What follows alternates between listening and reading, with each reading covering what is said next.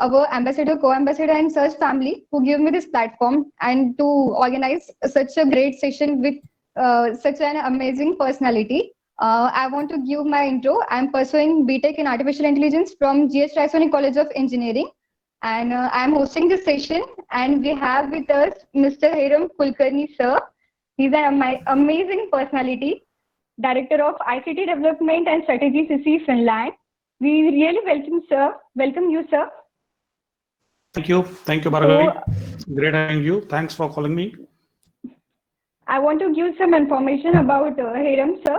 He is a well-known speaker and trainer on EduTech, collaborative learning and innovation across 12 countries. He amazingly trained teachers, educators, leaders on strategy and ICT innovations research. He also consults many government and large organizations across 3 continents, that is Europe, Asia, and Africa. As an educator, social entrepreneur, and a technology wizard, he is on the advisory board of many educational institutes and innovation startups across Europe and India. So, AM sir works with CC Finland. I want to also give some information about CC Finland. CC Finland is a global organization originating from Finland with the motto of redefining the education through creativity. Though they provide tailor-made teacher learning and school development programs from pre-primary to higher education. Their programs are based on research and expertise from Finnish university and academia.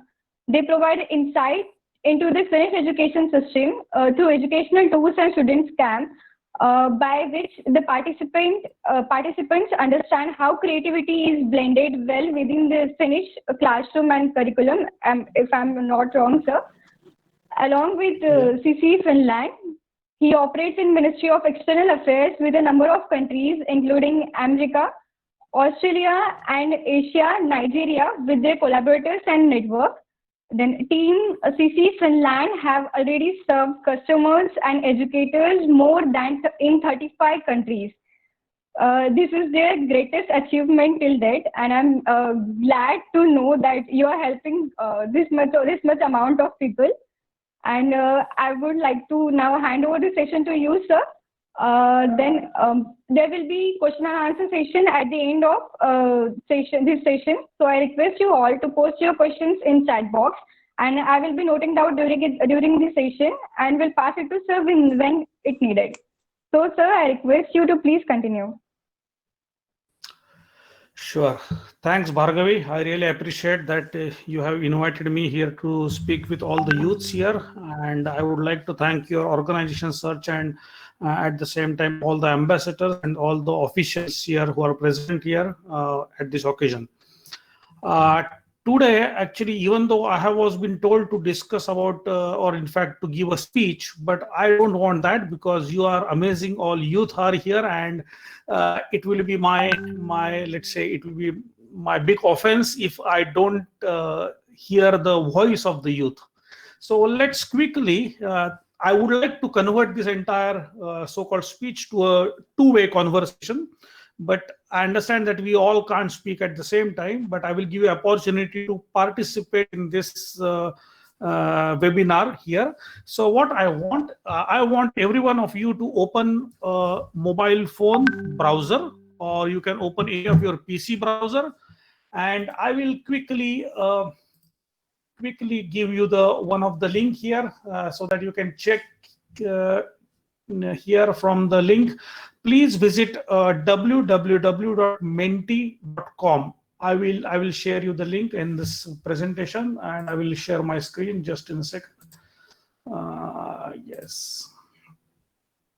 1 second. Present window is here. Yes. Yes.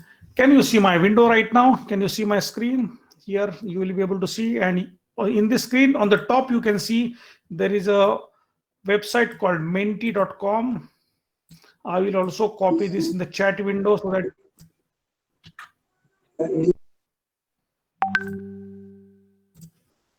so that I would like to get your inputs. So this is menti.com is here, and then you have to, once you go there, you have to enter a code to enter this survey. So I will type here the code here. So quickly, within next 30 seconds, I will give you time. So open a browser on your mobile or on PC. Type in the browser window www.menti.com, and once you entered over there, enter the code. And then you will find one question. Very good. Okay, excellent. I guess you are all doing perfectly great. So, wow, we can see from Akola, Ahmednagar, Navi Mumbai, Nagpur, Ranchi. Excellent, excellent. Very good. Again, the code is 3857334. Very good.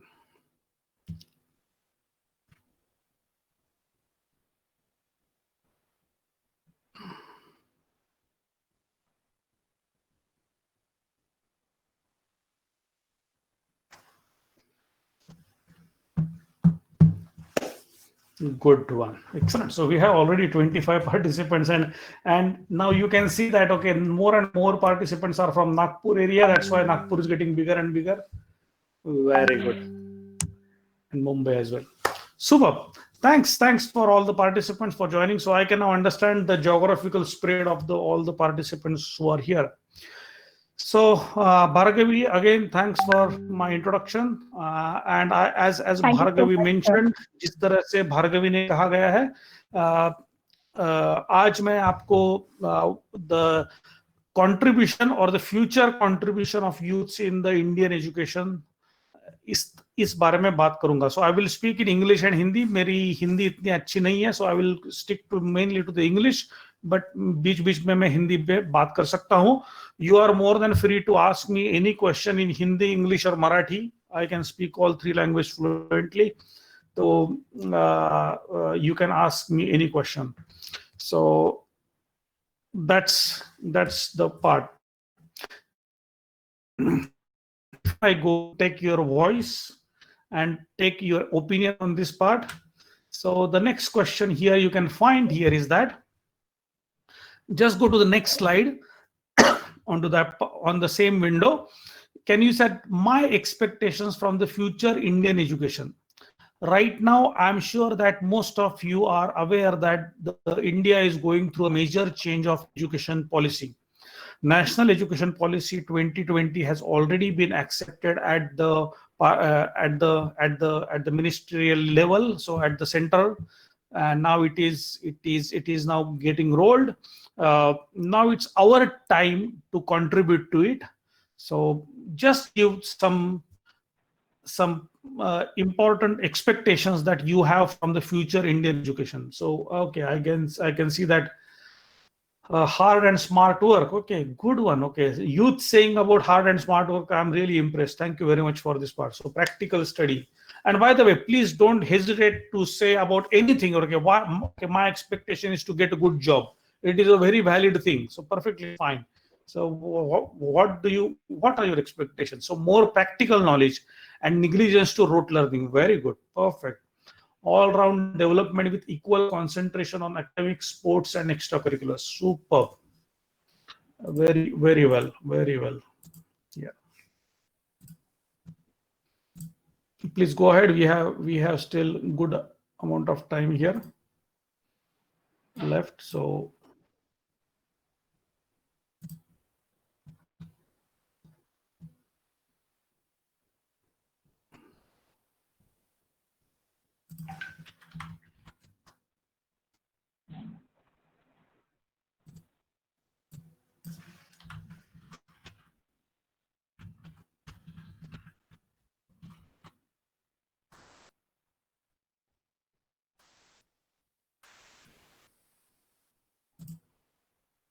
good one. So you can see that, if you can see the screen here, which is in front of me, it is really amazing. I'm really impressed. So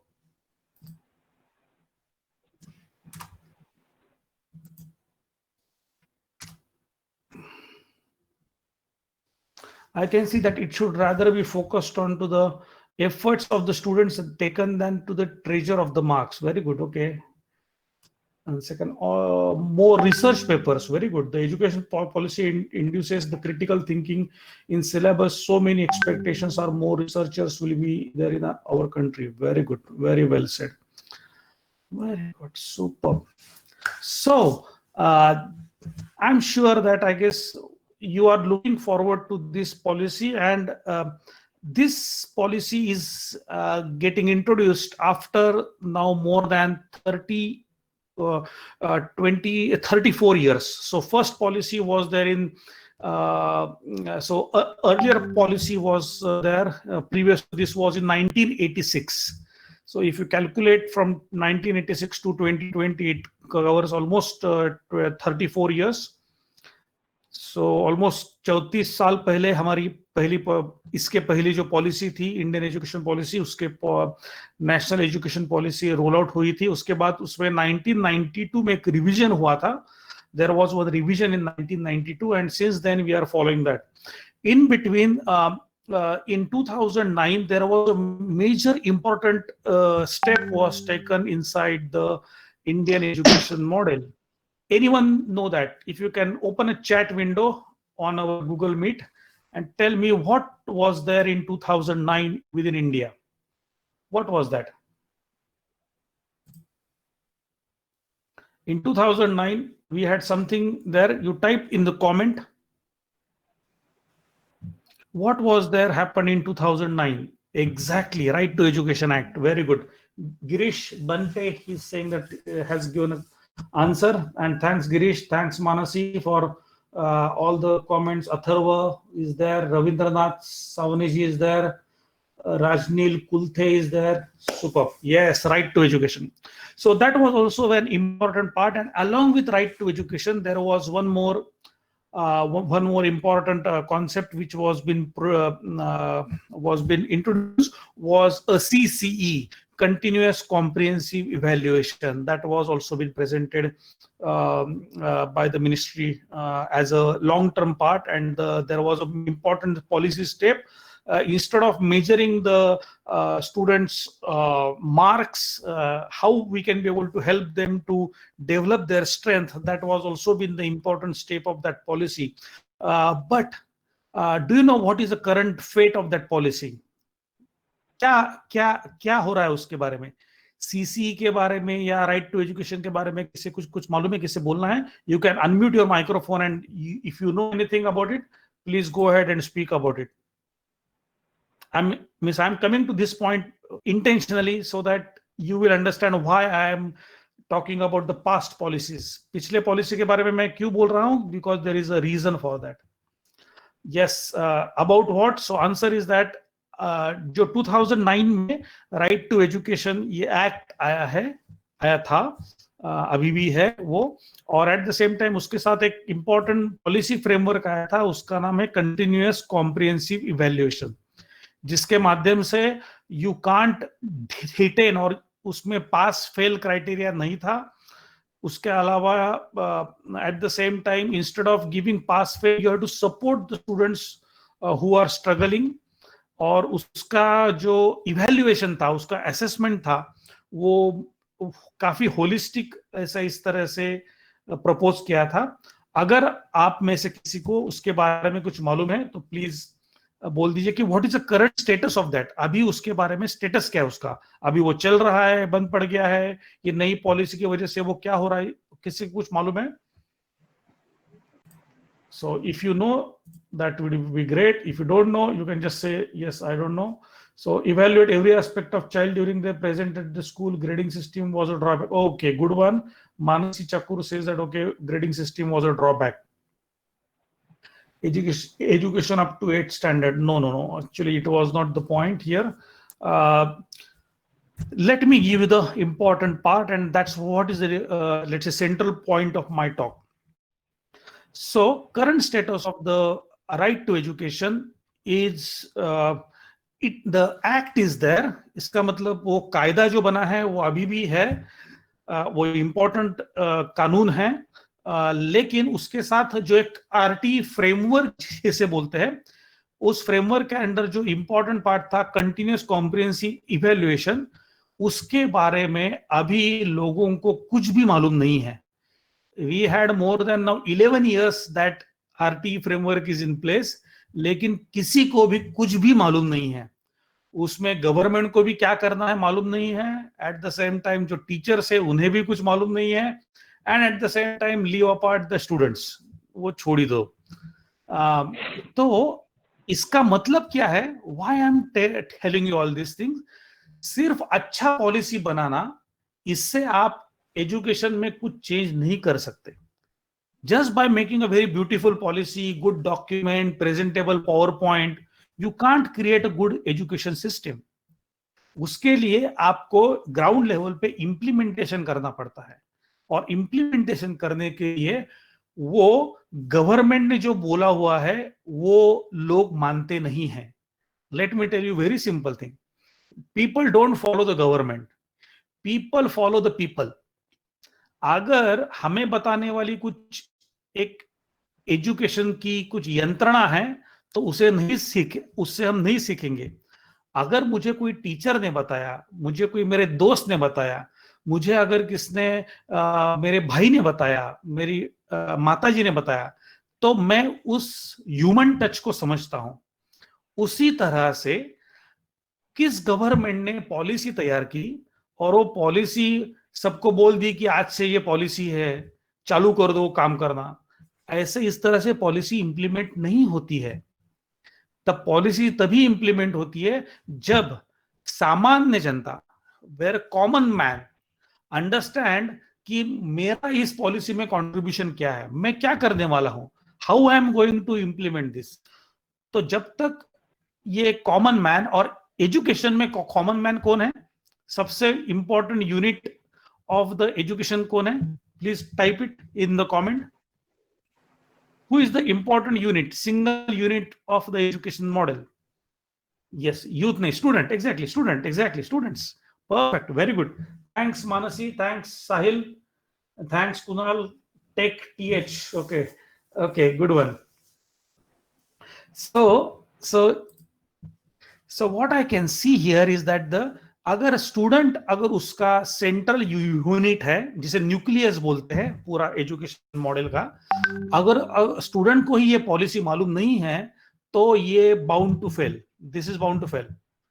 और अगर उसे successful बनाना है तो students को उसे drive करना होगा. You have to drive it should be driven by the students. तो आज का मेरा जो विषय है, that what will be our role as a youth in the new education policy 2020. So first for that, my quick question, you can type it in the text window. Out of you, how many of you know that there is a new education policy has been introduced before I was talking about it? किसी को ये मालूम है कि ऐसी education policy बनाई गई है?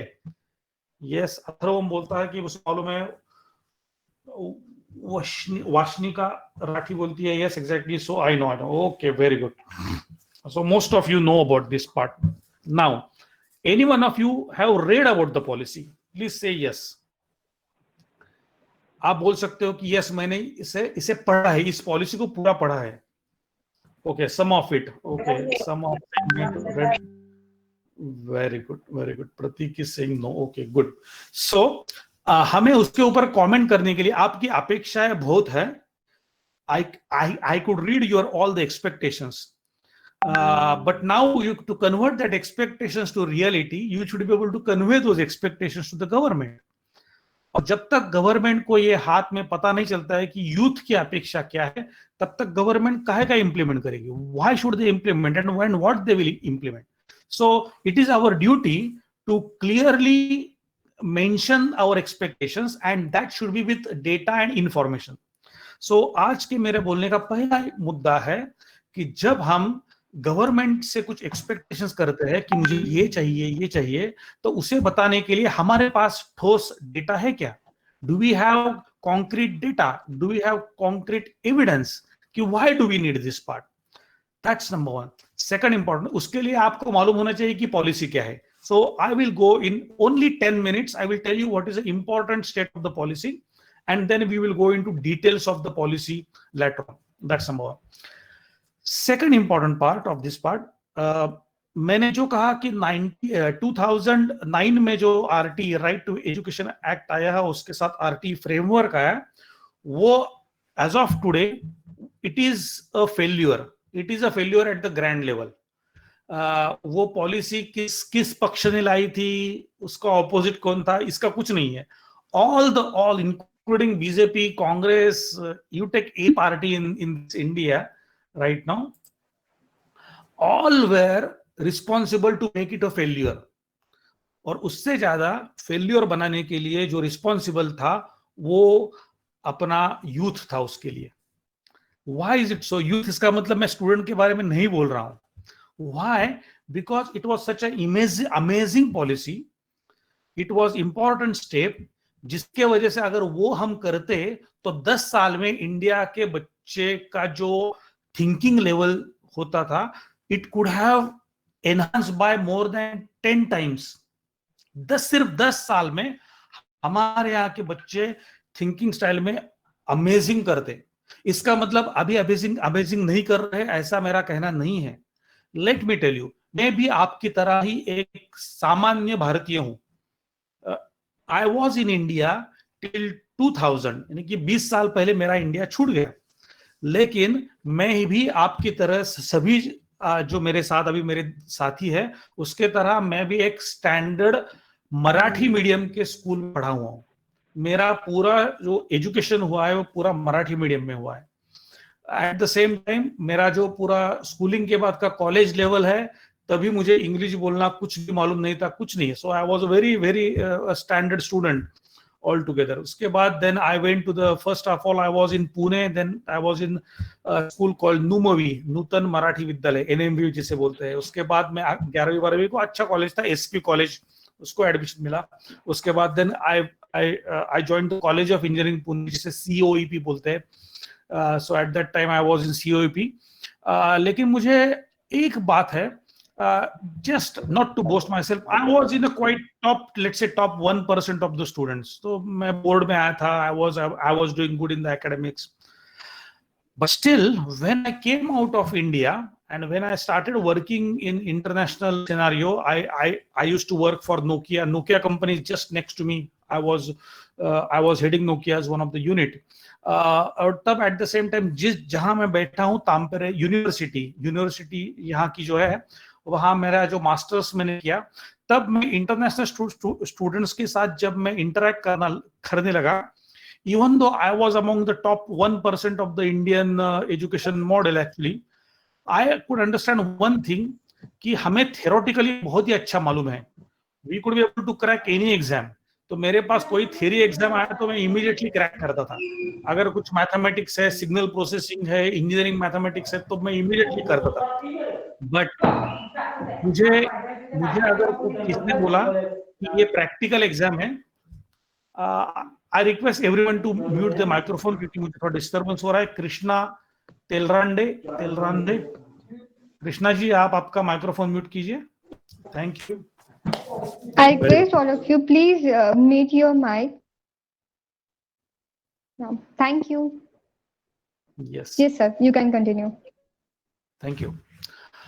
So, जब मुझे ये पता चला कि बहुत ही अच्छा हमारा थियरी पार्ट था, मेरा अच्छा था, लेकिन जब प्रैक्टिकल करने की नौबत आ गई थी या कुछ इंडिपेंडेंटली कुछ नेटवर्क लैबोरेटरी करने की नौबत आ गई थी, आई वॉज हेल्पलेस. तो इसका मतलब था कि हमारे पास इंफॉर्मेशन होना काफी नहीं होता है, इंफॉर्मेशन का एप्लीकेशन कैसे करते हैं, इसमें हम भारतीय बहुत ही वीक होते हैं. और ये अगर करने के लिए हमें जो करना पड़ेगा, उसका जो चेंज था, उसका पहला चेंज उस आरटी एक्ट में, और दूसरा पार्ट है जो कंटिन्यूअस कॉम्प्रिहेंसिव इवैल्यूएशन, उसमें था, जिसमें सेल्फ असेसमेंट था, जिसमें पीयर असेसमेंट था. ये सारे प्रावधान उसमें मौजूद थे. अनफॉर्चुनेटली अपने एजुकेशन में किसी को भी वो समझ में नहीं आ गए, यूथ को भी समझ में नहीं आ गए. नाउ द गॉड और द गवर्नमेंट और द एजुकेशन में जो भी कोई बिलीव करता है, they have given us the second opportunity.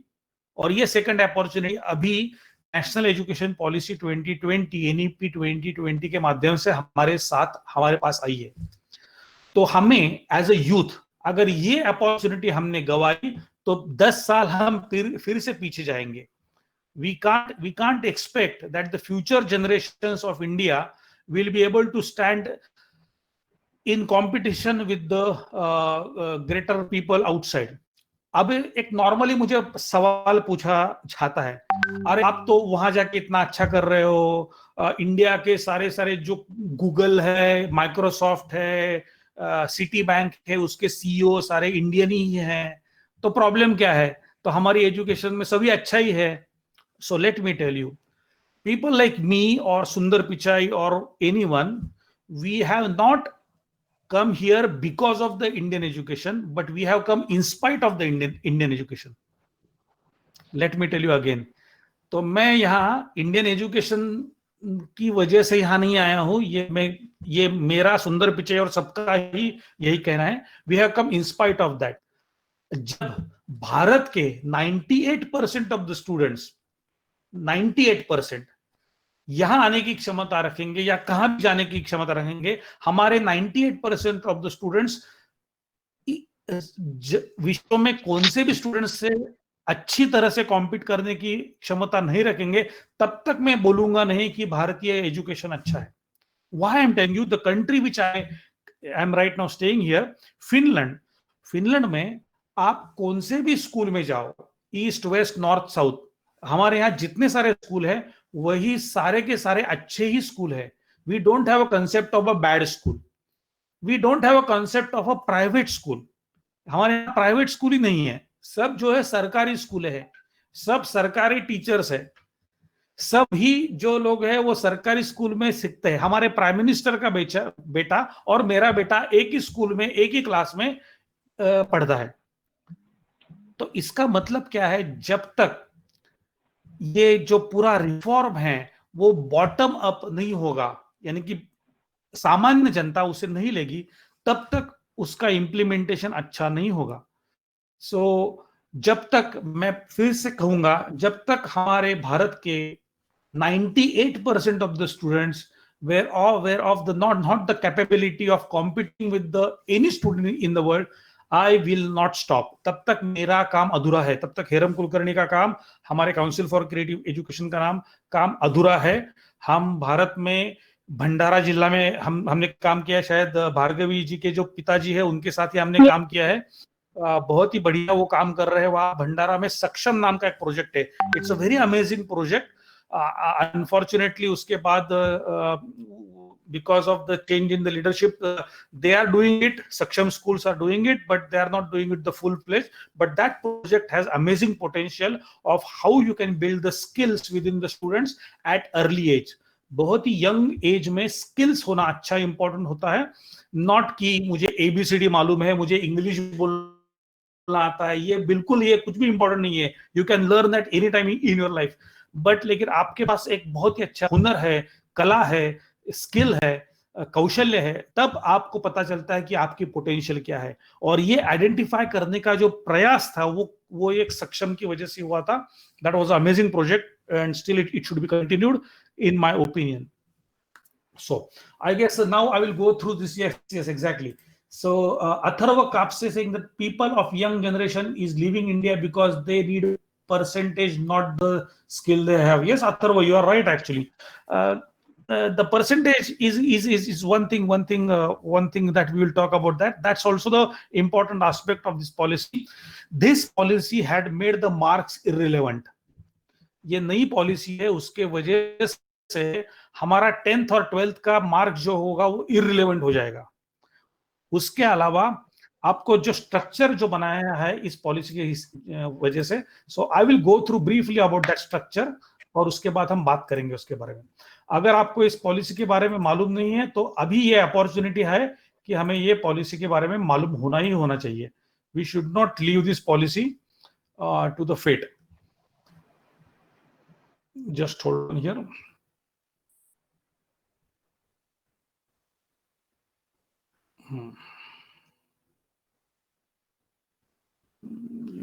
एक सेकंड।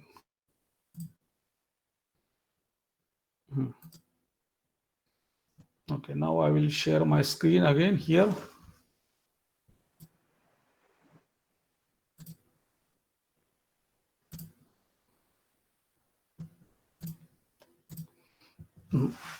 अभी मुझे जब आपको स्क्रीन दिखाई देगा तब मुझे बताइए।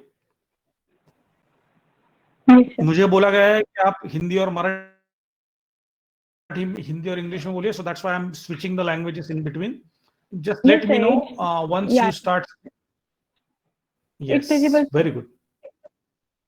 Very good. So आपको स्क्रीन पे क्या दिखाई दे रहा है? Can you read the first title so that I know Yes, that which sir.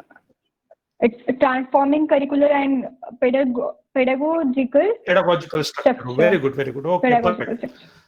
structure. अभी हमारा जो स्ट्रक्चर है, अभी हमारा जो एजुकेशन मॉडल है वो इस तरह से है कि ये हमारा जो ब्लू पार्ट है, यहाँ हमारा प्री प्राइमरी एजुकेशन है।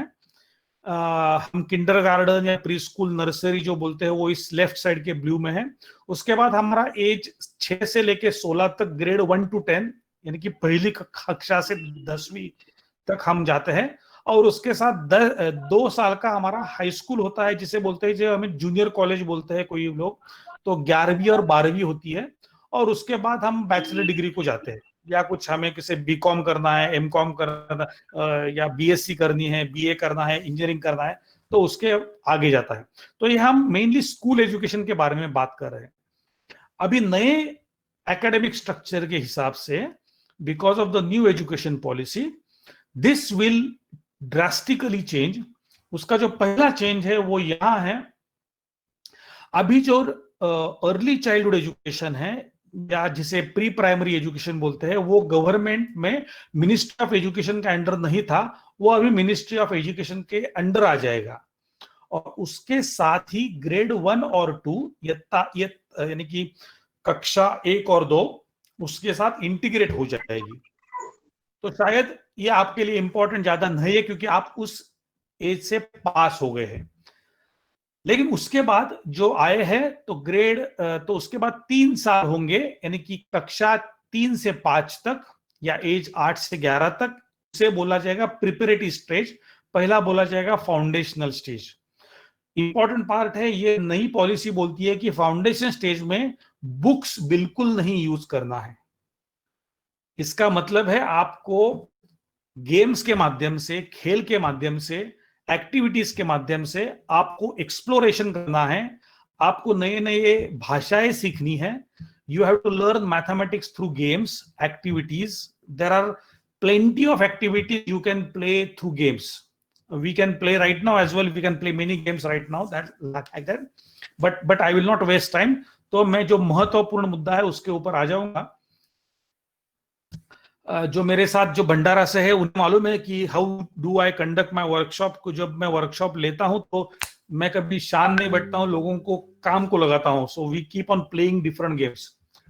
सेकंड पार्ट जो है उसके प्रिपरेटरी स्टेज है, जिसके माध्यम से जिसमें आपको प्ले और एक्टिविटी और इंटरेक्शन के माध्यम से आपको क्लासरूम अरेंज करना ये सिखाया जाएगा।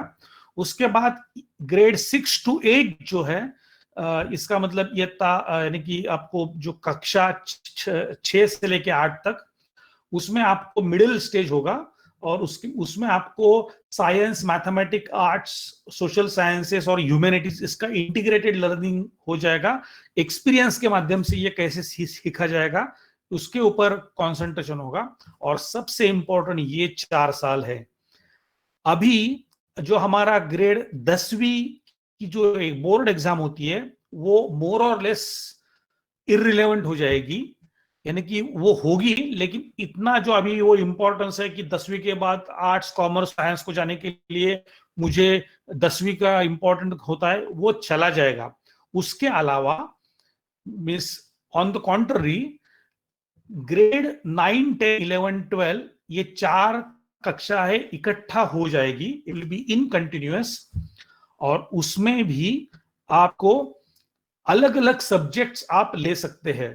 तो उसमें क्या लिखा है देखिए, multi disciplinary study, greater critical thinking, flexibility and student choice of subjects. अब ये स्टूडेंट चॉइस सब्जेक्ट ये सबसे इंपॉर्टेंट पार्ट है, और अगर हमें यूथ को कुछ जो करना है तो ये चॉइस एक्सरसाइज करना है।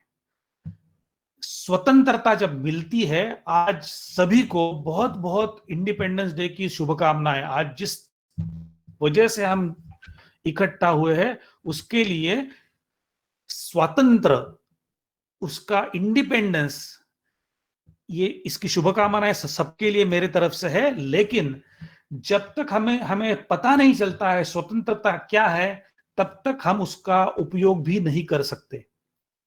और हमारे पास स्वतंत्र है, इसका मतलब हमें क्या मिल सकता है, हमारे भारत में डेमोक्रेसी है, इसका क्या इंपॉर्टेंस है, ये आपको पता नहीं चलेगा जब तक आप अनडेमोक्रेटिक या जिसे बोलते हैं रूलिंग जो होते हैं, जहां डेमोक्रेसी बिल्कुल नहीं होती है,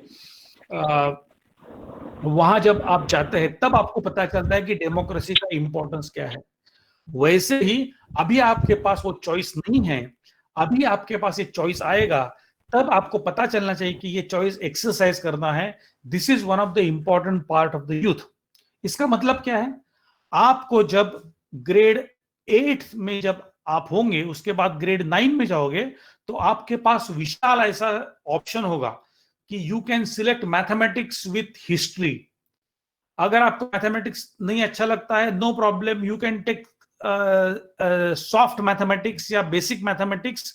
don't worry of the advance mathematics, calculus, integration अगर नहीं अच्छा लगता है वो छोड़ दो, go with the basic mathematics. And then you can take, if you are interested in arts, sports, you are interested in some kind of let's say carpentry, अगर आपको कुछ स्किल है तो वो भी बहुत ही रिस्पेक्टेड और इंपॉर्टेंट सब्जेक्ट्स होंगे इसके आगे। और हमें एज अ स्टूडेंट हमें ये कैपेबिलिटी मिलनी चाहिए कि मुझे मालूम होना चाहिए कि मेरा इंटरेस्ट क्या है, कि why should I select that part. और ये प्लान करने के लिए हमें ग्रेड 6, 7, 8 है उसका विचार करना पड़ेगा। और इसका मतलब है जब ग्रेड 9 में जाने के बाद हमारे पास बहुत सारे ऑप्शंस होंगे, तो वो ऑप्शन में से कौन सा चूज करे, ये सिर्फ अच्छा क्या होने वाला है, किसको डिमांड है, आगे जाके क्या होगा, मुझे इसमें जॉब मिलेगी का, इसका बिल्कुल विचार नहीं करना है। इसके अलावा मुझे क्या अच्छा लगता है, where I am good at. अगर मैं स्पोर्ट्स में अच्छा हूं तो I should select the subjects which are sports related. अगर मैं ड्राइंग में अच्छा हूं so I should select the subject which are drawing related. अगर मैं मैथमेटिक्स में अच्छा हूं so I should be able to select. तो ये मेरा इंटरेस्ट क्या है इसके ऊपर है। This is a fundamental difference that is going to happen in the policy. And if you see, the age for that is age 14 to 18. This is a very critical age. All youth, they will be able to be there in this age. And now the government has given you opportunity to exercise the choice. अगर ये choice आपने गवा दिया, then you can't do anything. और ये choice है आपको parents से भी आपको मांगना है। ऐसा नहीं है कि उनसे झगड़ा करना है, उन्हें बोलना है कि अभी तक मैंने आपका सुना है, please let me choose my own career now. क्योंकि कितना भी आप मुझे बोल दो कि आप इंजीनियरिंग करो, डॉक्टरी करो, कुछ भी करो, लेकिन जब तक मुझे नहीं मालूम है कि मैं क्या करना चाहता हूं, तब तक आप कितना भी आप फोर्स करो, कुछ नहीं होगा। Now this is an opportunity which is provided to you to exercise the choice. तो मेरा जो फर्स्ट पार्ट ऑफ स्पीच है ये है कि आपका जो चॉइस है इसके बारे में अगर कुछ प्रश्न है आपको, please go ahead and ask the question, and then I will come to my second part of my discussion. Please go ahead and ask the question कि इसके बारे में आपको कुछ प्रश्न है क्या?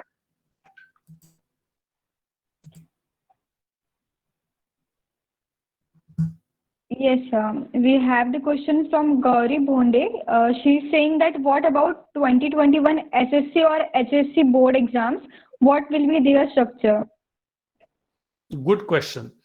So first of all, 2021 का जो अभी तक का जो एजुकेशन एसएससी होगा वो अभी के जैसा ही होगा। There is no change at all. 2021 का यानी कि जो अभी आगे साल में, अगले साल में आने वाला है। 2023 में जो जो होगा उसके बारे में चेंज है। उसके लिए चेंज भी थोड़ा सा प्रॉब्लम है एक्चुअली, क्योंकि वो जो टाइमलाइन जो इस पॉलिसी में लगाई गई है वो बहुत ही एग्रेसिव है। एग्रेसिव इसका मतलब वो बहुत ही जल्दी जल्दी सब करना चाहता है। अनफॉर्चुनेटली एजुकेशन में इतना फास्ट काम नहीं होता है, सिर्फ भारत के नहीं, विश्व भर में कौन से भी आप एजुकेशन सेक्टर में जाओ, वो इंडस्ट्री की तरह बर्ताव नहीं करते हैं। They don't behave like industry. तो आप उसमें जहां अगर 10 बंदे काम को लगाने के अलावा 100 बंदे लगाए तो 1/10 में काम होता है, ऐसा बिल्कुल नहीं होता है। एजुकेशन में अगर एक काम करने के लिए 10 बंदे चाहिए तो वहां 100 बंदे लगाए तो 10 गुना काम बढ़ जाता है, या उसे फेल्यूर भी हो सकता है। So this is not the logic in which it works. We are discussing with Government of India about changing the timeline for this part. But in my opinion, in 20 आगे जो ये उसका जो एग्जामिनेशन पैटर्न है वो आगे जाके assessment change होगा। अब जो दिया उन्होंने टाइमलाइन जो दिया है 2023 में बदलेगा ऐसे बोला है, वो भी बहुत ही एग्रेसिव है। मैं अर्लीस्ट में 2025 में को बोलता हूं, but if you ask me what will be my timeline, it should B 2030। यह बहुत ही लॉन्ग टर्म काम है। ऐसा नहीं है कि इमीडिएटली आपको सबको लगता है कि मैं जब तक जिंदा हूं तब तक सब काम हो जाना चाहिए। बिल्कुल ऐसा नहीं है। We are talking about India which is a living nation for many centuries. We are very small in front of the entire nation. So अगर कुछ भारत में अच्छा होना चाहिए उसके लिए टाइम भी हमें देना चाहिए। So this is a quick answer for the question. Yes. Yes, Any sir. other Please question? also Yeah. that will privatization make studies costly? Sorry, will the privatization will make the studies costly? Okay, so this is one thing. तो privatization इसका मतलब क्या है? तो उसके लिए थोड़ा सा आगे जाना पड़ेगा। ये हायर एजुकेशन का क्वेश्चन है मेनली। तो हायर एजुकेशन में इंडिपेंडेंट यूनिवर्सिटीज को ऑटोनॉमी देने का इसमें प्रस्ताव है, और जो अभी भी चल रहा है। अभी हायर एजुकेशन प्राइवेटाइज नहीं हुआ है क्या? तो आंसर इज ऑलरेडी हो गया है। तो आगे जाके और प्राइवेटाइज होगा तो और उसका खर्चा बढ़ेगा, तो ऐसा कुछ नहीं है। Already higher education is expensive in India. मैं क्यों बोलता हूं? क्योंकि विश्व भर में जहां एजुकेशन जो अच्छा है उसमें higher education is always of the either way less cost और no cost. In fact, education is itself is a free by default in the countries which requires higher growth potentials. तो जिस देश को लगता है कि मेरा जो यूथ है, मेरी जो नेक्स्ट जनरेशन है वो अच्छी स्किल्ड होनी चाहिए, तो वो उसके ऊपर इन्वेस्ट करता है, और जो इन्वेस्ट करता है वहां एजुकेशन फ्री होता है। तो अभी गवर्नमेंट ऑफ इंडिया का जो बेसिक आइडिया है कि हमारे पास ऑटोनॉमी यूनिवर्सिटीज को मिलनी चाहिए, उसका एक रीजन है, वो आप समझ लीजिए, so that then you can be able to predict what will happen in the future. क्या है, भारत हमेशा गवर्नमेंट के रूल से नहीं चलता है, जो मैंने पहले भी बताया है। भारत में not now, not after independence, not after 1947, but before that, if you see before like let's say 2000 BC, 1990 BC, or let's say 500 BC, Chanakya के टाइम में, या इवन 1000 आफ्टर 1000 AD, भारत में हमेशा जो एजुकेशन जो चला है ना, वो सोसाइटी के बलबूते पे चला है। तो सोसाइटी तैयार करती है कि मुझे क्या शिक्षा चाहिए। अभी because of in between British rules and everything, we have change how the education is working on, but our society is behaving in the same way with the way in which it was been behaving 2000 years back. 2000 साल पहले जैसे हम behave करते हैं वैसे ही अभी भी behave कर रहे हैं, and this is the strength of India. तो इंडिया की स्ट्रेंथ क्या है? Instead of watching someone from the top, we have to work from the bottom. और इसके वजह से हमारे यहाँ गवर्नमेंट सारे जगह आके काम नहीं कर सकता है। तो एजुकेशन में सारे के सारे कॉलेज गवर्नमेंट के हो, ये इम्पॉसिबल है। सारे के सारे हॉस्पिटल्स गवर्नमेंट के हो, ये इम्पॉसिबल, क्योंकि गवर्नमेंट का उतना रीच ही नहीं है, अपनी लोक संख्या इतनी है, अपना भूविस्तार ही इतना है। that you can't cover it with the help of very small government. So इसके लिए समाज ने आगे आके काम करना चाहिए. इसलिए समाज को गवर्नमेंट की जगह गवर्नेंस चाहिए, और ये गवर्नेंस देने का काम ऑटोनॉमी की वजह से हो सकता है. अगर ये ऑटोनॉमी अच्छी तरह से समाज ने ली तो उसका कॉस्ट बिल्कुल नहीं बढ़ेगा. दूसरा इंपॉर्टेंट पार्ट, कॉस्ट कब बढ़ता है? आप जाके देखिए प्लम्बिंग के कोर्स का कॉस्ट कितना है और पेंटिंग के कोर्स का कॉस्ट कितना है. आप जाके इलेक्ट्रिशियन के कोर्स का कॉस्ट कितना है बोलिए. It is less. इंजीनियरिंग का कॉस्ट कितना है, डॉक्टरी का कॉस्ट कितना है, वो बहुत ही एक्सपेंसिव है. क्यों? क्योंकि ये धारणाएं हमने बनाई है कि इंजीनियरिंग अच्छा है, डॉक्टरी अच्छी है और प्लम्बिंग अच्छा नहीं है, कारपेंटरी अच्छी नहीं है. Let me tell you, today in Finland, आज हमारे घर का पेंटिंग मैं खुद करता हूं. यह स्किल मेरे पास है. Today I am not joking at all. अभी मेरे हाथ में भी कलर लगेगा है.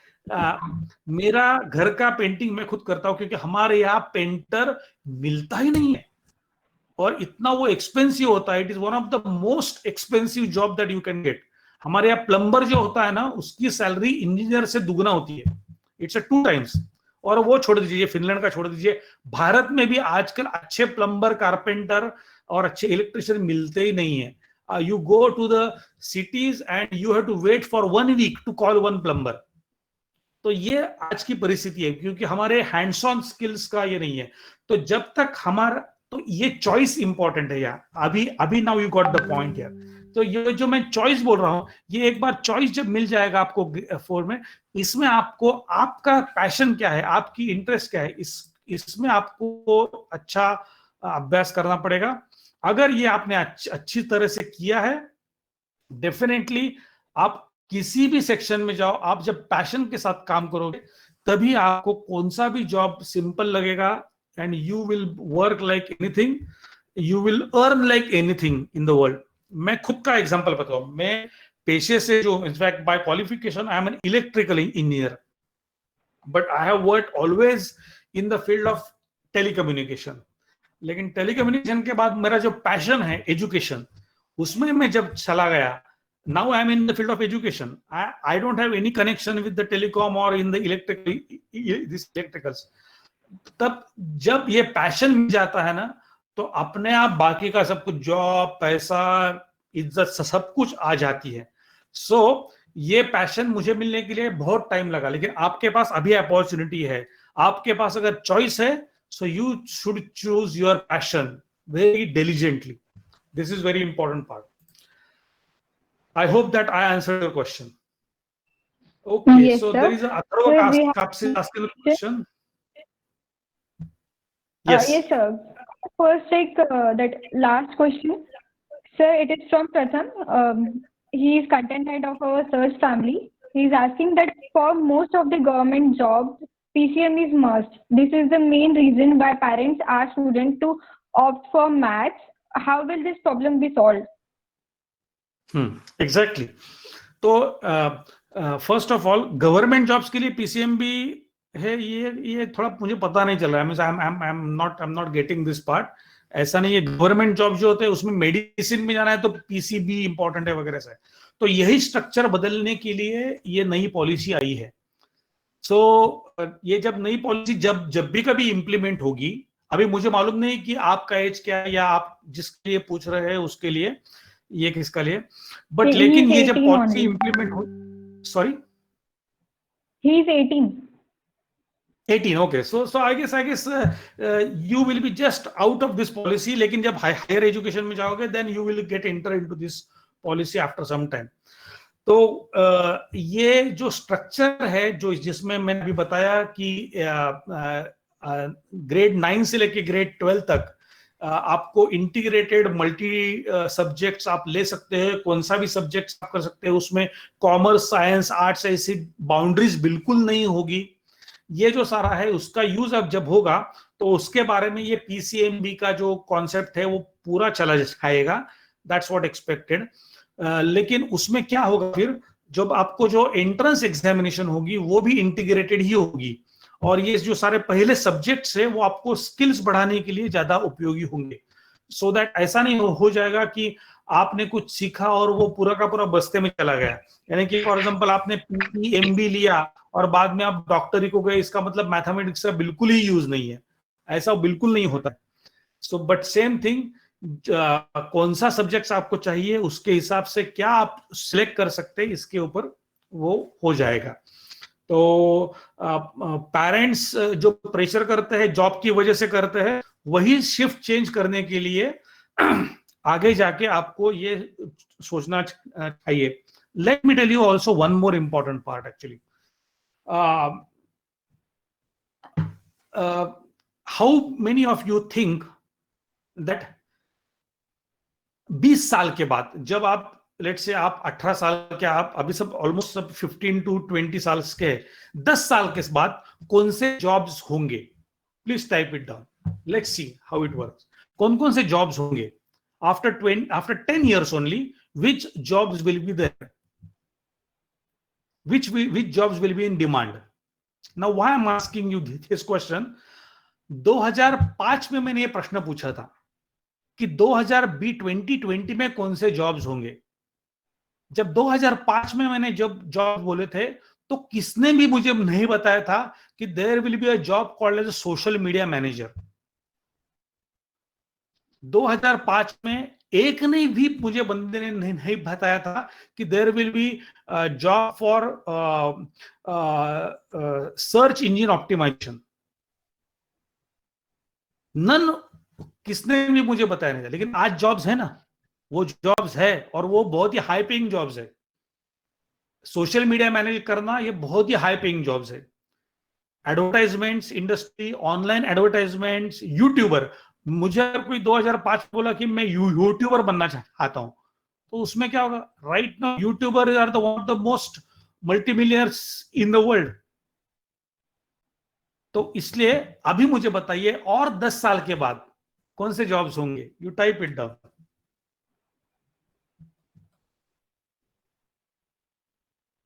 Astronomy, very good. YouTuber, sir, very good. Automation and robotics, very good. Okay. Content writer, very good. Who will have skills? Scientist, artificial intelligence, plumber, very good. Lawyer, global head, okay, good. So अभी इसमें से ऐसे jobs निकाल दो कि जिसे repetition चाहिए, repeated work. For example, जिस काम में आपको रिपीटेशन करना है, सेम काम अगेन अगेन करना है, या किस काम के लिए आपको विचार नहीं करना है, हमेशा सुबह आके शाम तक वही काम अगर आप कर रहे हैं तो उसे रिपीटेड काम बोलते हैं। Good good good. तो let's say account entry. Karthik Yadav says account entry, very good thing. Now Karthik Yadav, Karthik, you tell me now, is account entry is a repeated job or it's a one of its own very unique job? Account entry. Karthik, can you just? Unique job है sir, क्योंकि मतलब उसके अंदर 2-3 चीजें कर सकता हूँ। Share market भी जज कर सकता है अकाउंटेंट, और बहुत सारी चीजें, मतलब जो शेयर मार्केट हो गया, funds, mutual funds, banking etcetera, मतलब हो सकता नहीं, था। वो तो आप इसके बारे में बोल रहे हो इन्वेस्टमेंट्स के बारे में या फाइनेंशियल मैनेजमेंट के बारे में बोल रहे हैं। अकाउंट एंट्री जो आपने बोला है, लाइक अकाउंट एंट्री में क्या होता है? अकाउंटेंट होता है, he keeps on maintaining the accounts, putting the invoices, managing the account, VAT पे करना, करेक्ट ना? सर मतलब एक कैसा, मतलब ये खोल सकते हैं कि मतलब मैं एक कॉमर्स का स्टूडेंट हूँ, बीबीए का सेकेंड ईयर का। तो मैं ये कर सकता कि मैं एक फर्म खोला, उसमें मैं 2-3 सीए अपने हाथ के नीचे काम को रख सकता अकाउंट एंट्री के लिए, ऐसा कुछ।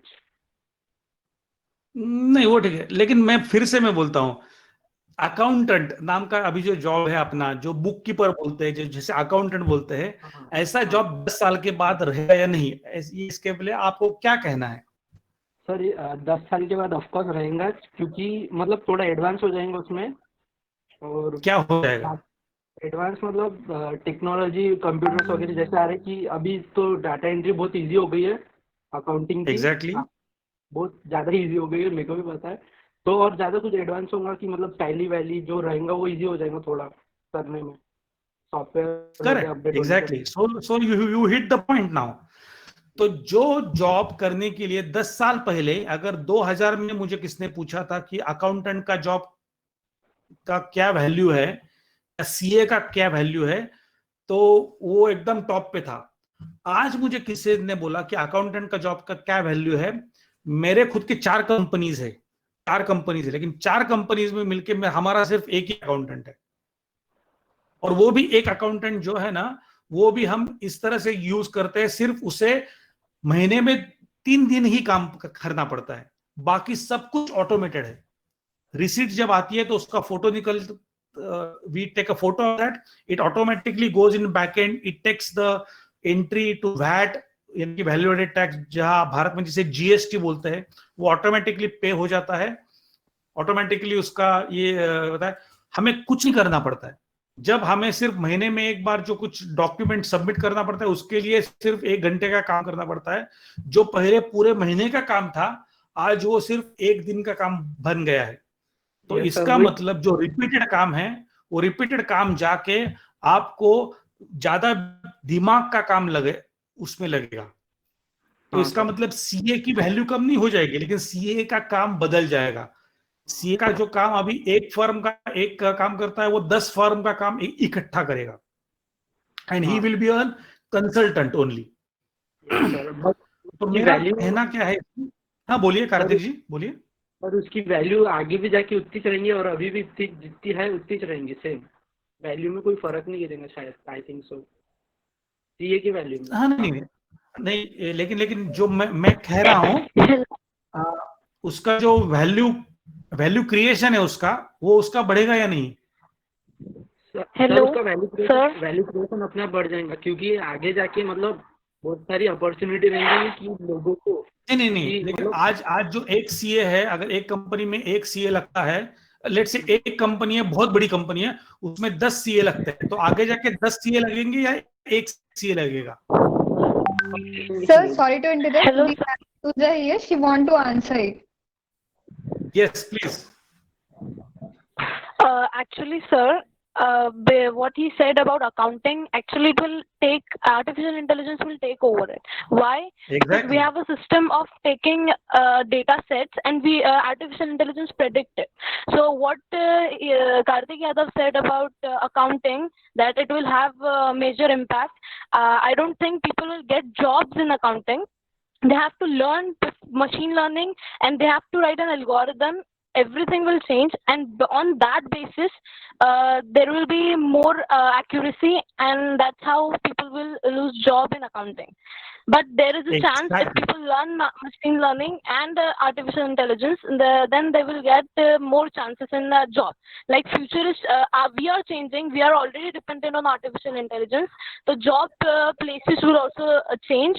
Workers have to develop. Even if you are saying that civil engineers and mechanical engineering posts, we have to change it. We have to develop ourselves. We have to learn computational. We have to learn computers. We have to develop ourselves. Yes. So in short, वही मैं उसी ऊपर में आ रहा हूँ. The jobs which require repetition will be obsolete in future. Jobs which require you just a repetition of something where the machine can take care of your work, automation can take care of work, will not be there. The jobs which require the simple calculations with simple predictive part. For example, मैं और एक बताता हूँ. अभी एक lawyer होता है, lawyer को we have machines here in Finland. हमारे यहाँ लॉयर जो एकेडमी होती है, तो उसमें लॉयर इंडिविजुअल लॉयर प्रैक्टिस नहीं करता है.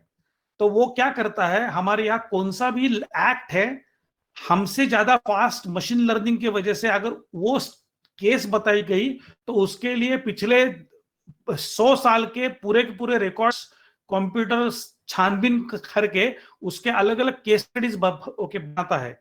And now because of that, a lawyer work is not to find which law is applicable at what time, but instead of that, how to put human emotion inside that argument. यही सिर्फ lawyer का काम रह गया है। तो इसका उसका अपस्केलिंग हो गया है, उसका वैल्यू क्रिएशन बदल गया है। उसका वैल्यू क्रिएशन सिर्फ लॉ की बुक पढ़ने से नहीं होगा। एक लॉ अच्छा मालूम है, वो लॉ में बीकॉम में या उसमें एलएलबी में बहुत ही अच्छा किया है, उसके ऊपर लॉ बिल्कुल नहीं है। उससे अगर क्राइम साइकोलॉजी नहीं, अगर लॉयर को अगर उसको अपनी अपनी ह्यूमन इमोशंस के बारे में मालूम नहीं है, then he will not be of much use. तो कहने का मतलब यहां है कि जब तक आप human oriented, emotion oriented, creativity oriented, critical thinking oriented काम जो होगा वो बढ़ता जाएगा, और जो रिपीटेड मशीन वर्क होगा वो रोबोटिक्स के माध्यम से, मशीन लर्निंग के माध्यम से, डेटा माइनिंग के माध्यम से it will go to the machines. तो the point is that now this comes to the main point what I was talking about, that after 10 years the jobs will be different.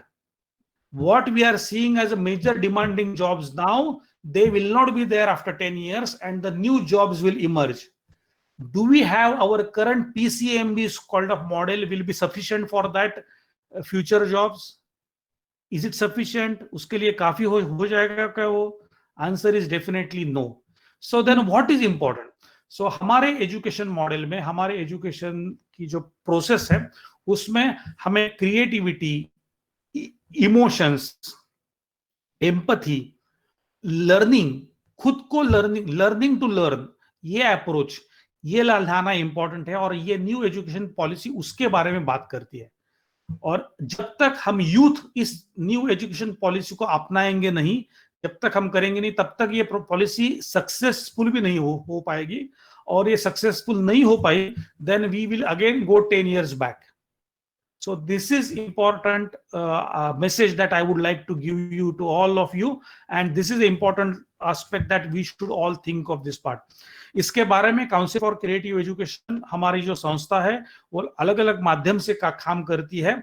इसमें हमने एक education task group बनाया है जिसमें हम अलग अलग यूथ के काम करने के लिए अलग अलग टास्क ग्रुप क्रिएट करते हैं, उसमें रिसर्च करते हैं, संशोधन करते हैं और गवर्नमेंट्स को उसके रिकमेंडेशंस प्रोवाइड करते हैं। ये टास्क ग्रुप हमारा ऑलरेडी चल रहा है, अलग अलग शिक्षक, यूथ उसमें पार्टिसिपेट कर रहे हैं, और मिनिस्ट्री ऑफ एजुकेशन का जो स्टैंडिंग कमिटी है उसको एडवाइजरी करके हम वो रिकमेंडेशन हम भेजते हैं। This is number one. And since we are an international organization, we don't only work in India or in Finland, we work pan globally. तो हमारे ऐसे ही स्टैंडिंग कमेटी का ग्रुप नाइजीरिया में है, यूएसए में है, ब्रिटेन में है, जापान में है, इंडोनेशिया में है, सिंगापुर में है। So what is the important part is that we have to learn from what happening globally and then implement the policy locally within India in a very innovative way. And for that, if I would ask, if I will recommend you one thing to do, so youth should be able to read this policy well. You should be able to take this policy in your hand and drive it. Thank you very much. Sir, yes, Vanshika Rathi, I have one question. Yes, Vanshika, go ahead. Good evening, sir. So, sir, there was this question that I wanted to ask. Sir, during this time, I have seen like that according, like I have heard that in future जो आने वाले jobs रहेंगे, उसमें आपको critical thinking is the most important thing that जो काम में आएगी। तो सर मैंने ये देखा है कि फॉर एग्जांपल जैसे जो पुराने छोटे बिजनेस है या फिर जो भी बड़े बिजनेस है उसमें बहुत बार क्या होता है कि they are just solving their problems and doing all their work according to पुराने तरीके से। But sir, I have like got introduced to this new concept known as business analytics. So sir, actually I was thinking to grow more in this field because I am a business oriented person. So sir, can I know your views about business analytics important like in all this upcoming business, like जितने भी business होंगे और आगे जो भी future है उसमें, can I know the importance of business analytics and artificial intelligence? Yes, very much. So I guess as these 2 points are can be spoken independently or integratedly as well. So first of all, let's try to understand how the businesses were happening earlier and why it was a very xylo based. Xylo based इसका मतलब जिसको अपने ही मन में, अपने ही area में जो देखता है उसे जाइलो बोलते हैं, और जो सभी जगह देखता है उसे डाइवर्सिफाइड बोलते हैं, डाइवर्सिफाइड व्यू बोलते हैं। तो अभी के जो पहले के जो बिजनेसेस थे वो बहुत ही जाइलो बेस्ड थे। इसका मतलब मैं सिंपल बताता हूं, अगर आप एक लेट से आपके पास एक सिंपल एक आपके पास एक शॉप है, लेट से आपके पास एक सिरेमिक का शॉप है, या आपके पास एक शॉप है कि जिसमें आप लेट से कुछ यूटेंसिल्स बेचते हैं, तो काम इतना ही था कि अच्छे अच्छे यूटेंसिल्स लेके आओ, अच्छे सिरेमिक्स लेके आओ, शॉप में रखो, जो भी कोई आएगा उसके लिए एक दो एडवर्टाइजमेंट या होर्डिंग लगाओ और बेचो, जितना हो गया वो छोड़ दो और बाकी का नेक्स्ट मंथ में बेचते जाओ। ये सिंपल बिजनेस मॉडल था। लेकिन आज के दिन में बिजनेस मॉडल ऐसा बिल्कुल नहीं रहा है। ये जो शॉप है, सेम कॉन्सेप्ट है, सेम बिजनेस है, वो सिरेमिक का है। वो जहां से वेंडर है उसे 10 टाइप के ऑप्शंस मिल गए हैं। वो वेंडर उसी सिटी से नहीं होगा वो वेंडर चाइना से हो सकता है, यूके से हो सकता है, यूएस से हो सकता है, या कोई इथियोपिया से हो सकता है। तो वो कहां से भी मंगा सकता है। Eight the same time while selling, he can sell it to the local shopkeeper in Pune, he can sell it in Mumbai, he can sell it in Delhi, or he can sell in USA as well.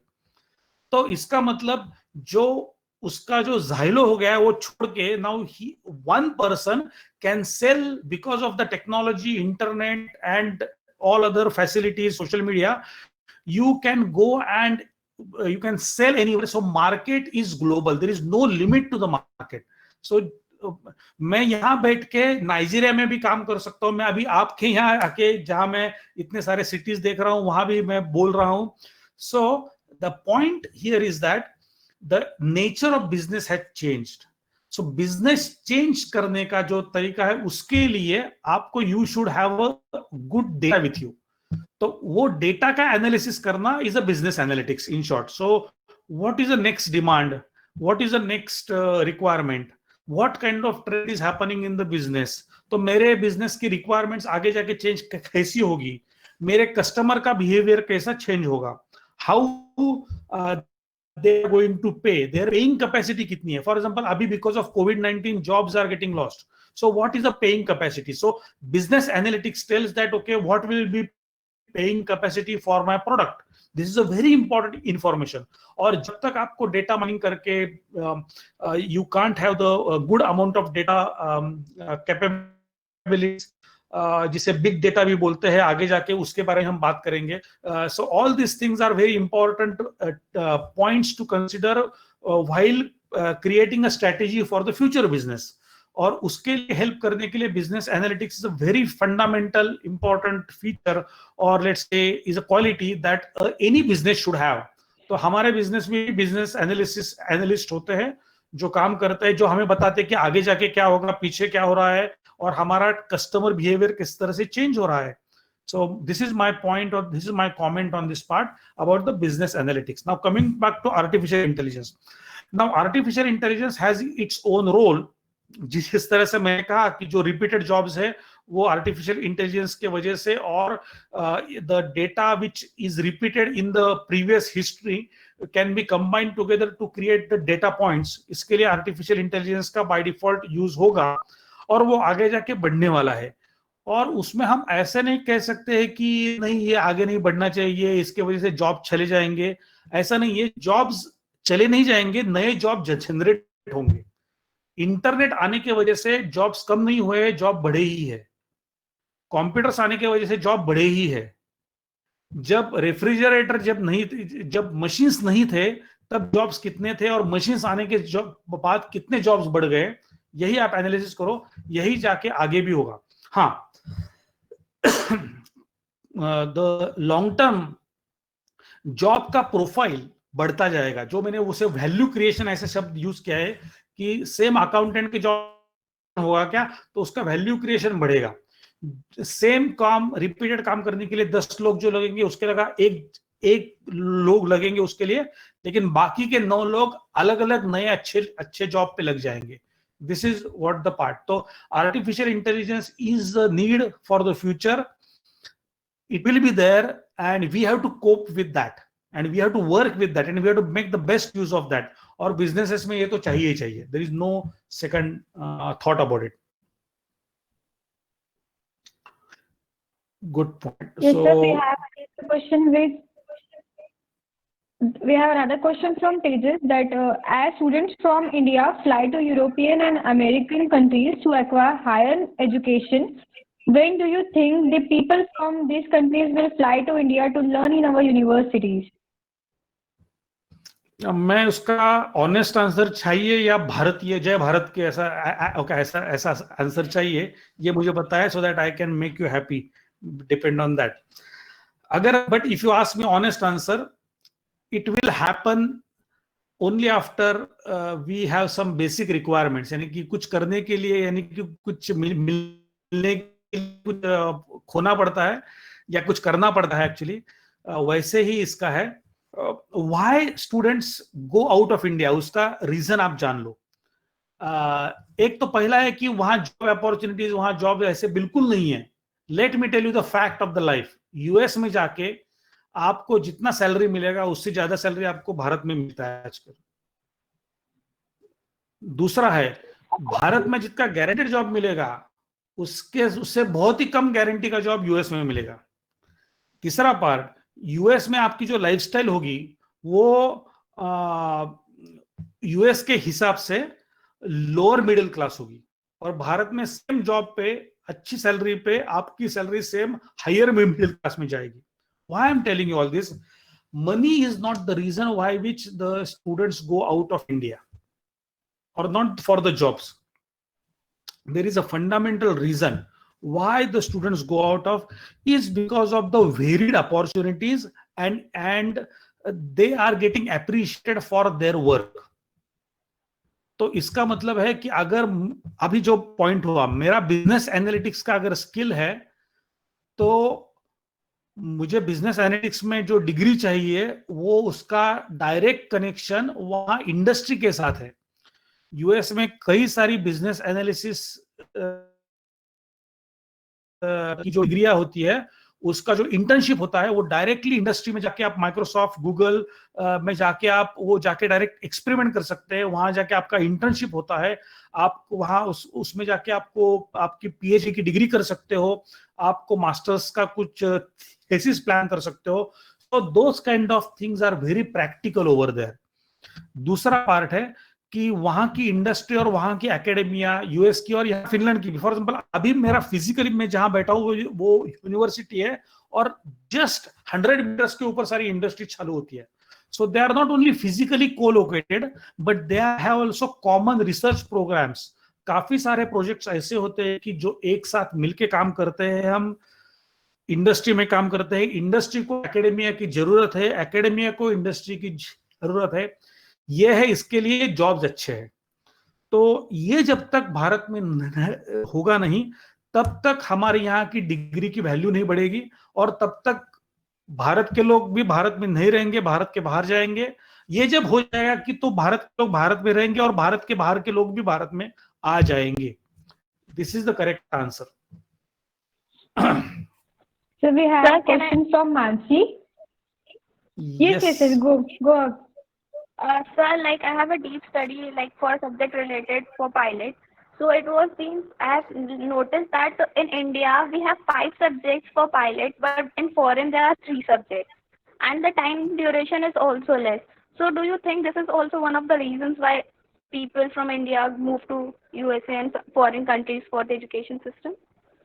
Sorry. Actually, I didn't get your first 2 sentences. They were a bit noisy. Can you please repeat your first 2 sentences? What was the subject about?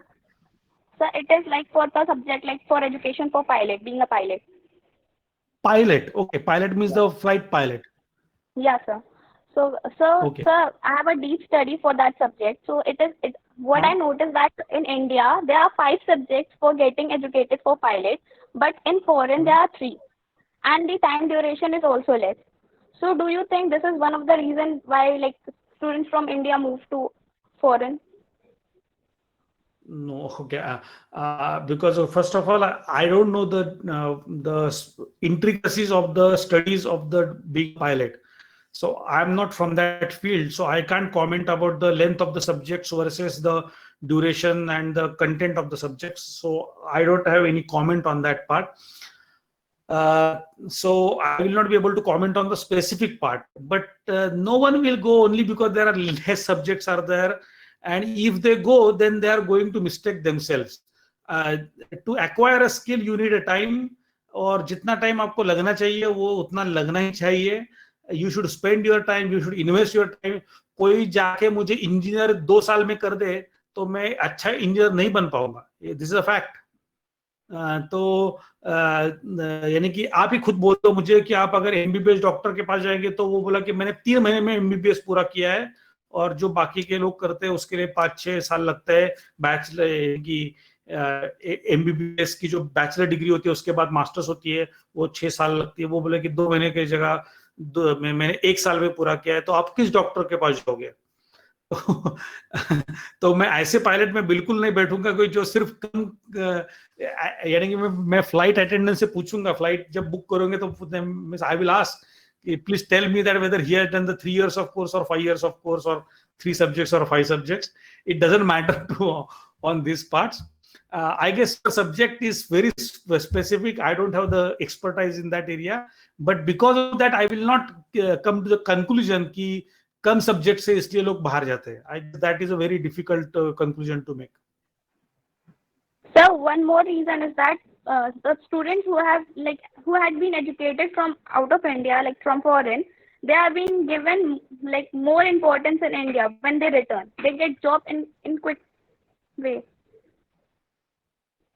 हाँ, क्योंकि उन्हें थोड़ा एक international exposure होता है, so that the employers, okay, you have to think from the employer point of view. जब आपको higher जो लोग करते हैं ना, उनके लिए क्या इंपॉर्टेंट है कि अगर मेरे साथ 2 कैंडिडेट्स हैं, दोनों के बाकी के रिक्वायरमेंट सेम हो रहे हैं, लेकिन इस बंदे को 2-3 देश में काम करने का एक्सपीरियंस है और इसे लोकल काम करने का एक्सपीरियंस है. सो whom will I take?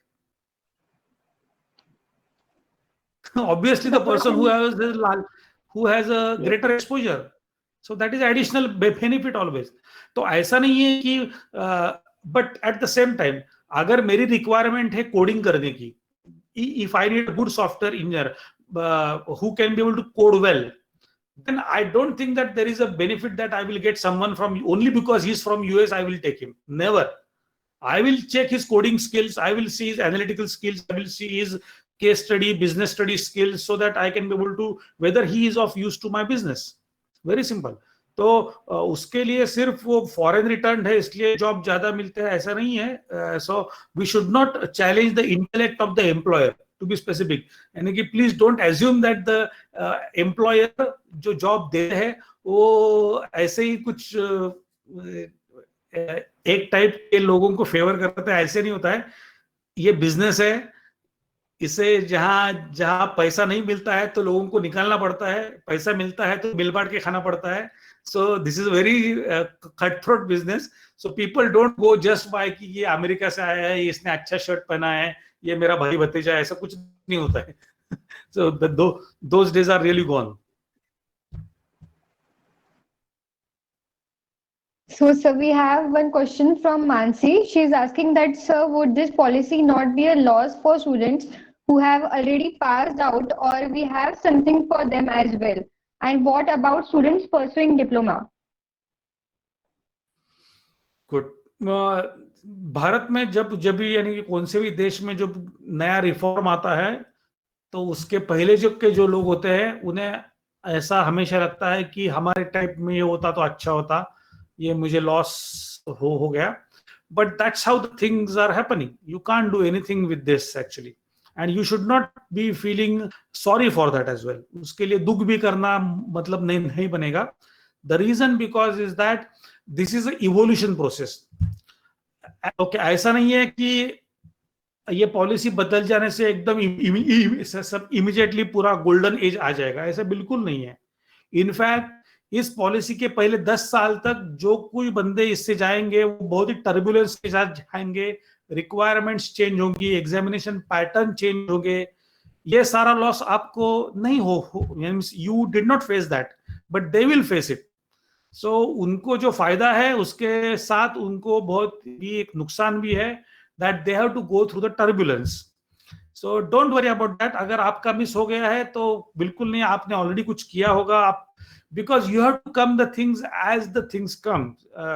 यानी कि फॉर एग्जांपल अगर मैं बोलता कि अरे मेरे टाइम में अगर इंटरनेट होता तो मैं कितना ग्रेट करता, ऐसा नहीं होता. मेरे टाइम में इंटरनेट बिल्कुल नहीं था, but I did whatever the best I can do at that time, because none were having this internet at that time.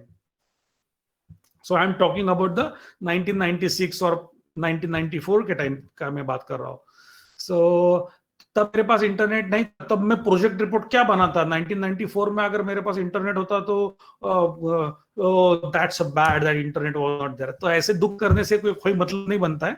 So we should not think on that point. At the same time जब internet आ गया तो लोगों की विचार करने की क्षमता खत्म हो गई. People don't search now. People don't think, people don't get a question. That's the biggest thing actually. I am worried, and people don't see solutions for that actually.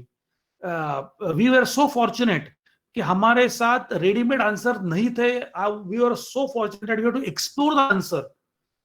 मेरे पास अगर कुछ प्रश्न आ गया तो then right now just I keep on typing and then I get the answer and then I keep on just analyzing it. It's good that when I was student this was not there. I am really lucky that actually. Similarly ये policy के turbulence आपके जब भी कब आपका जो college days है उसमें नहीं आया, उसके लिए आप थैंक यू बोलो. खुद को, भगवान को थैंक यू बोलो और गवर्नमेंट ऑफ इंडिया को थैंक यू बोलो. और इसके अलावा जो नेक्स्ट एजुकेशन पॉलिसी में टर्बुलेंस आना है उसके लिए आप यूथ को तो उन्हें हेल्प करो. That is my point. I hope that I answered. Diploma is going to diploma change due to this. So first of all, I guess the entire diploma thing will change. Yes, it will change for sure. क्योंकि ये अगर आपने देखा है कि ये जो grade 9, 10, 11, 12 ये इंटीग्रेट हो जाएगा. अभी क्या होता है 10th ग्रेड के बाद आप डिप्लोमा को ज्वाइन करते हो और उसके बाद 3 साल का डिप्लोमा होता है और directly first year of engineering के बाद आप सेकंड ईयर ऑफ इंजीनियरिंग को ज्वाइन करते हो जिन्हें कोई करना होता है. Am I right? Still it's a process. Correct, exactly. तो ये प्रोसेस चेंज होगा, लेकिन उसके लिए जो रिक्वायरमेंट चेंज है वो AICTE यानी all India institute of technical engineer जो होते हैं उसके करिकुलम में चेंज होना इंपॉर्टेंट होता है. AICTE और डिप्लोमा करिकुलम के बारे में तो वो अभी रिफॉर्म चल रहे हैं. तो अभी क्या होगा बाय डिफॉल्ट, एक तो पहला एक है कि 12वीं तक सबको जाना ही जाना है. तो अभी जब जो 10वीं के बाद डिप्लोमा को जाने वाले थे वो तो पूरा मोड बंद हो जाएगा, because till grade 12 it's a mandatory education for everyone. So the answer to your question, will diploma change? Answer is yes. Now how much it will change and what will be the impact of that? There will be two impacts I can see immediately. एक तो basically आपका diploma का जो 3 साल होता है वो 3 साल घट के वो डिप्लोमा नहीं बोला जाएगा, उसे मैट्रिकुलेशन बोला जाएगा. That is number 1. फिर भी डिप्लोमा क्यों होता था? Because people who were more toward the vocational part, those who would like to do learning by doing, किसे कुछ हाथ से काम करके अच्छा काम करता है थियोरेटिकल के वजह से की अलावा. So my Hindi is bad. So instead of the very theoretical skills, if I would like to go towards more hands-on learning, kuch practical kaam karna hai mujhe, so then I will go for more on diploma course so that I can use my technical skills very effectively. इसलिए हम use करते हैं. लेकिन अभी इसमें जो major change हुआ है पॉलिसी में, ये दोनों ही इकट्ठा होने वाले हैं and everyone will get an opportunity to select subjects from diploma as well or very hands-on learning projects as well. तो ये होगा. अभी उसके लिए टाइमलाइन जो बताया गया है वो 2025 का बताया गया है. So now they will roll out the process for that. Sir, I am a student of diploma pursuing 3rd year, so would be a problem. There would be a problem after this change. No, because you have already completed the process already. This Yes, process, okay. this policy is not. ये देखिए समझ में, ये I guess that's a good question, but answer is very simple for this. The policy just accepted at the national level. India में education is a concurrent subject, so it will come to state level. State level accept करेगा, उसके बाद उसका planning करेगा, execution करेगा, और तब तक 5 साल और जाएंगे. By that time you would be out in the job market as well. Sir diploma करने के बाद बाहर आउट ऑफ इंडिया कुछ ज्यादा चांसेस मिलेंगे, ऐसा कुछ रहेगा? ये ऐसा तो रिक्वायर, क्योंकि डिप्लोमा ये कोर्स अपने means it's not a recognised degree outside India at all. Sir but यानी कि आप practical knowledge is more than compared to 11-12 standards. So would be a plus. नहीं, It would be a plus point. You are right actually. लेकिन क्या है कि ये देखिए, बेसिकली डिप्लोमा ये जो पार्ट है अपने भारत में, वो उसका पैरेलल डिग्री कौन सा डिग्री नहीं है. तो डिप्लोमा तो डिग्री नहीं है. Let's try to understand the part. Degree you complete it only after the 4 years of bachelor degree in engineering और 3 years of bachelor degree in science, commerce और आर्ट्स. तो अगर if you want to go anywhere outside India, even the bachelors part is a Indian construct. यानी कि अगर Europe में कहा भी आओ, यूएस में कहा भी जाओ, बैचलर्स डिग्री जाके लोग बाहर नहीं पढ़ते. They have to complete the master degree. Master degree is by default degree, integrated degree जिसे बोलते हैं. 5 साल में आप मास्टर्स कर लो, यही होता है. बैचलर्स हमारे यहाँ क्यों क्रिएट किया गया? So that we can be into the job market by the age of 20, to be honest. तो बाय द एज ऑफ 20 अगर आपको जॉब मार्केट में जाना है तो उसके लिए एक डिग्री चाहिए, इसलिए बैचलर्स का ये पूरा किया. By the way, there is a important for the higher education, there is a major reform happening now actually in the new policy. अभी जिस तरह से आप अगर बैचलर्स के फर्स्ट ईयर में जाने के बाद आपको अगर कुछ आपकी फाइनेंशियल कंडीशन के वजह से बोलिए, या कुछ आपको कुछ करना पड़ा, घर में कुछ प्रॉब्लम आ गया, तो आपको एजुकेशन छोड़ना पड़ा था. और बैचलर्स का फर्स्ट ईयर हो जाने के बाद जब तक आप लास्ट ईयर तक कंप्लीट पास नहीं होते तब तक डिग्री नहीं मिलती है. तब इसका मतलब आप बैचलर्स नहीं हो, ऐसा होता था. अभी न्यू पॉलिसी के वजह से this is a major change that is going to bring. Even if you complete 1 year, that will be counted as an important 1 year completed. If you complete 2 years, that will be important year completed after 2 years. तो इसका मतलब जो भी कुछ काम करोगे उसके credits आपको मिलेंगे, और क्रेडिट्स आप बाद में भी यूज कर सकते हो. इसका मतलब जब आप let's say at the age of 20 you had some problems at home and you left your education in the 3rd year of engineering, let's say, and after 10 years now your things are normal, you are settled, and now you want to study again. You don't go back to the 12th grade to give the exam.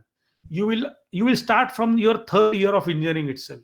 तो continue करोगे आपको वो recognised degree होगी. 3rd year के बाद आपको सोफोपोर नाम की एक डिग्री दी जाएगी कि जो आपके लाइफ टाइम यूज कर सकते हो, और जब आपको फिर से चालू करना है फिर से आप चालू कर सकते हो. इस प्रोसेस को लाइफ लॉन्ग लर्निंग बोलते हैं. जिस तरह से यूरोप में मैं जब चालू किया मेरा मास्टर्स, मेरे साथ बैठने वाला जो बंदा था वो 65 ईयर का था, 65 ईयर्स का, मेरे साथ नेक्स्ट बेंच पे बैठने वाला बंदा. तो मैंने उसे पूछा कि how come now you are doing this masters telecommunication. He said that okay, I was doing something on to the electricals, and then I thought that now the telecommunication is a very interesting field for me to study. तो मुझे interest आ गया, so now I would like to do my master degree. So he did not again start from the bachelor degree. He was having his credits with him. He just joined to the next advanced course over there. ये major change हो जाएगा. This is a major important change which is going to happen. Same thing diploma में भी ऐसा हो जाएगा.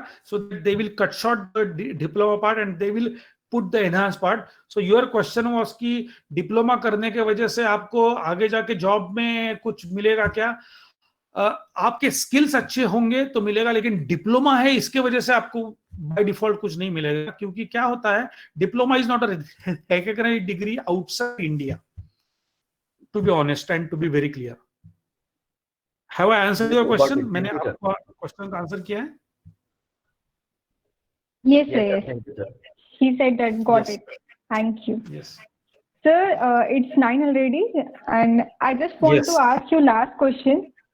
It is from Pratham. That he's asking that, sir, please suggest what we can do as a youth organization under your guidance in education sector apart from just studying and contribute to our society or help our junior and create awareness of new education policy, we want a high efficient person like you to guide us. Mhm. First of all, thanks for asking his question. Actually, there are many things that we can do together, and we can be able to. It's not a guidance. Actually, I'm not that person that I can be able to guide you. But I believe that okay, you all have the potential to think on yourself and develop your own, let's say, kind of your motive. जो आपके संस्था का जो उद्देश्य है, उसका एक specific part है कि विचार करना, डिस्कसिंग द अनडिस्कस्ड, ये बहुत ही इंपॉर्टेंट पार्ट है. So you have your own motive. So जहां जहां आपको मुझे मेरी मदद लगेगी, I will be more than happy to extend my help. The things which we can do, और in fact we can do together or you can do independently as well. जिस तरह से अभी आपने बोला अवेयरनेस एक है नेशनल पॉलिसी के वजह से. दूसरा इंपॉर्टेंट पार्ट है कि इस पॉलिसी में अलग अलग रिसर्च पायलट प्रोजेक्ट्स बनेंगे, जिसे बोलेंगे आप, ये जैसे बोलते हैं एक पायलट सक्सेसफुल हो जाने के बाद उसे इंप्लीमेंट करते हैं ना, वैसे ही एक पॉलिसी बनाने के लिए अलग अलग कॉलेजेस में अलग अलग पायलट प्रोजेक्ट रन होंगे. उसमें अगर हम एग्जिस्टिंग कॉलेजेस को गाइड करेंगे, if you can be able to create a team of youth from that sector. For example, अभी हमारे पास ये जो डिप्लोमा का क्वेश्चन पूछा गया, तो डिप्लोमा जब चेंज हो जाएगा तो उसके प्रॉब्लम्स की चर्चा करने के लिए वहां एक टास्क फोर्स बनाया जाएगा. If we can be able to positively contribute in that task force कि क्या प्रॉब्लम्स है, हमारे पास इतने अच्छे स्किल सेट्स है, वो जाएंगे क्या, आगे जाके बच्चों को क्या मिलेगा, अगर हम कंट्रीब्यूट करेंगे, उसे हम गाइड करेंगे, उसके जो पायलट प्रोजेक्ट होंगे उसमें अगर हमारा ये होगा, तो उसकी पूरी लिस्ट मिनिस्ट्री ऑफ एजुकेशन के वेबसाइट पे हो जाएगी. And it is open forum that we can be able to contribute. अगर ये करना है, अगर इसमें कुछ आपको मदद चाहिए, that we keep on doing with this ministry of education on daily basis और on regular basis, we will be more than happy to extend that work to you, जिसमें आप कंट्रीब्यूट कर सकते हो. बहुत ही प्रैक्टिकल, यानी कि मैं सिर्फ ऐसे विचार करना इसमें नहीं रखता. What kind of actual work जो करना है, अगर वो हो सके तो बहुत ही अच्छा हो जाएगा. That's my point. I again thank you very much for inviting me here. It's a great to interact with all. Amazing questions and comments. तो मुझे अच्छा लगा कि ये सारे बहुत ही एक्टिव है आप लोग, और and that was my objective, that I didn't want this to be a one-way communication but a two-way communication. I really appreciate, and thanks for your time, and thanks for having a patience to listen to me. Thank you very much. Thank you so much, sir. We are glad to have you here in the platform of Surge India International. I thank you so much for हमारे लिए time निकालने के लिए. सबसे पहले thank you. मुझे पता है आपके आज ऑलरेडी 2 सेशन थे और ऊपर से आज 15 अगस्त भी था, तो you were busy. But thank you so much. And I would also like to thank my father. Because of him, I was able to reach you. Thank you. Please give my regards to him. Yes, sir. Sir, I also want to tell you that I am working on Project Saksham. I had started working on it. Is it so? Okay, good. Great. Okay, please let me know the progress of that. Yeah. Yes, sir. Yes, definitely I will. Thank you so much, sir. Thank We are you. glad Take to care. have you. Very good. Okay, bye-bye. Bye. Thank you. Thank you.